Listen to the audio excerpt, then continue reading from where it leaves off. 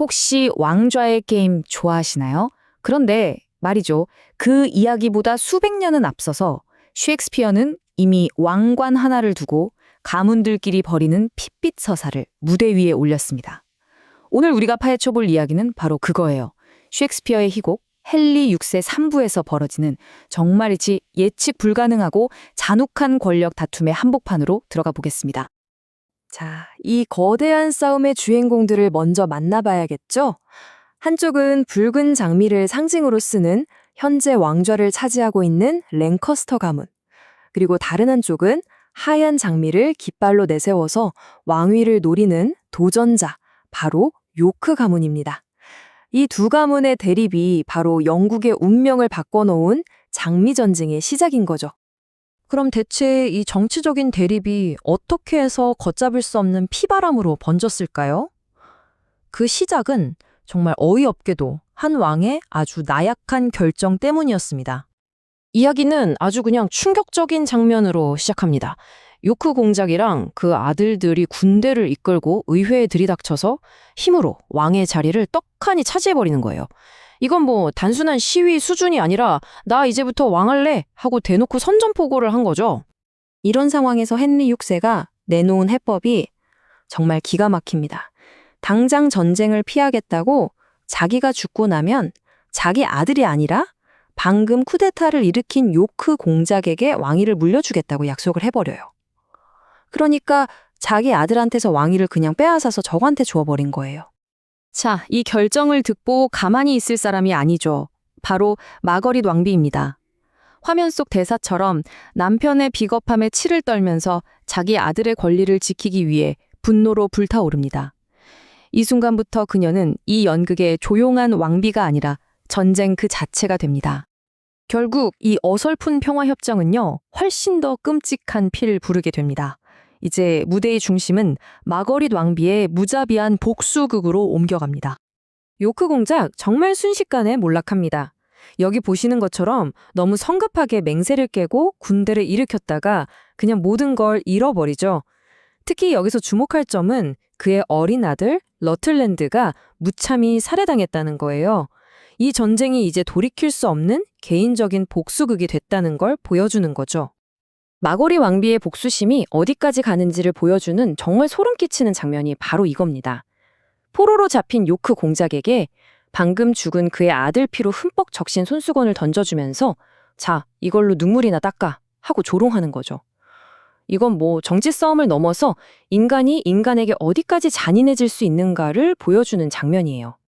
결국 요크 공작은 죽기 직전에 마거릿 왕비를 향해서 이 유명한 대사를 외칩니다.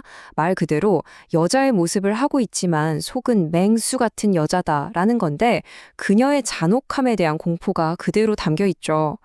이 한마디 덕분에 마거릿 왕비는 셰익스피어 역사상 가장 무시무시한 여성 캐릭터 중 한 명으로 기억됩니다.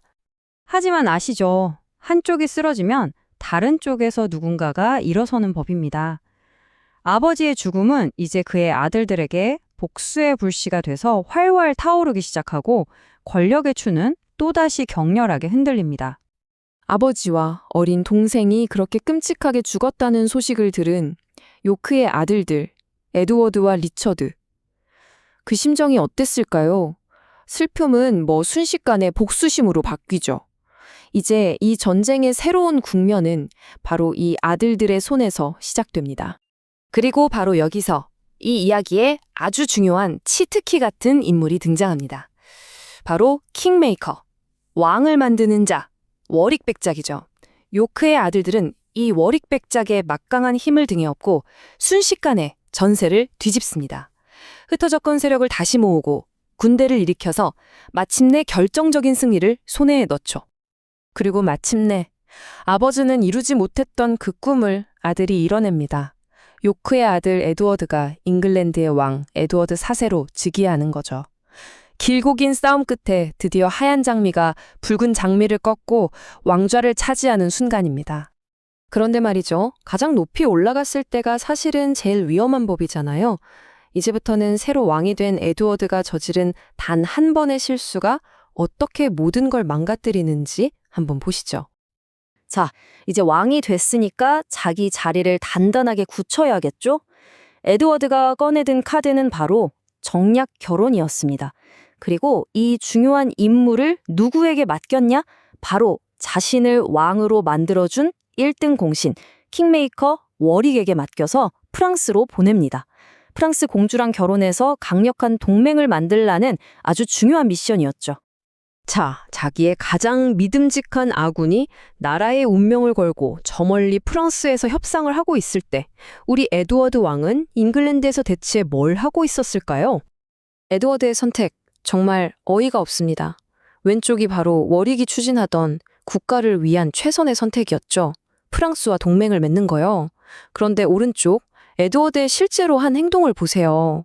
그냥 사랑에 빠져서 정치적으로는 아무짝에도 쓸모없는 미망인이랑 비밀 결혼을 해버린 겁니다. 이 충동적인 결혼이 불러올 후폭풍 상상이 가시나요? 이제 이 극에서 가장 드라마틱한 장면, 바로 동맹의 배신이 시작됩니다. 이 장면 한번 상상해 보세요. 워릭은 지금 프랑스 왕 앞에서 우리 왕이 당신네 공주님과 결혼하고 싶어 합니다 라고 말하고 있는데 바로 그 순간 전령이 뛰어들어와서 폐하, 근데 우리 왕이 이미 다른 여자랑 결혼했는데요? 라고 외치는 겁니다. 그것도 누구 앞에서? 평생의 숙적이었던 마거릿 왕비가 바로 옆에서 다 지켜보고 있는 상황에서요. 이건 그냥 창피한 수준이 아니라 완전히 개망신을 당한 거죠. 자존심에 엄청난 상처를 입은 워릭, 이 한마디를 내뱉습니다. 내가 그를 왕으로 만들었으니 내가 그를 끌어내리겠다. 진짜 무서운 말이죠. 킹메이커가 이제 킹 브레이커가 되겠다고 선언한 겁니다. 그리고 정치판은 이렇게 정말 말도 안 되게 뒤집힙니다. 어제의 동지가 오늘의 적이 되고 어제의 원수랑 손을 잡는 거죠. 워릭이 자기의 모든 힘을 가지고 그냥 통째로 랭커스터 가문, 그러니까 마거릿 왕비 쪽으로 넘어가 버린 거예요. 이제 잉글랜드는 다시 한번 끔찍한 내전으로 빨려 들어가게 됩니다. 자, 단 한 사람의 배신이 모든 걸 바꿔놨습니다. 왕을 만들었던 이 킹메이커의 분노는 과연 누구를 왕좌에서 끌어내리고 또 누구를 다시 그 자리에 앉히게 될까요? 헨리 6세 3부의 이야기는 바로 이 거대한 질문을 우리에게 던지면서 더 끔찍한 전쟁의 다음 장을 열어젖힙니다.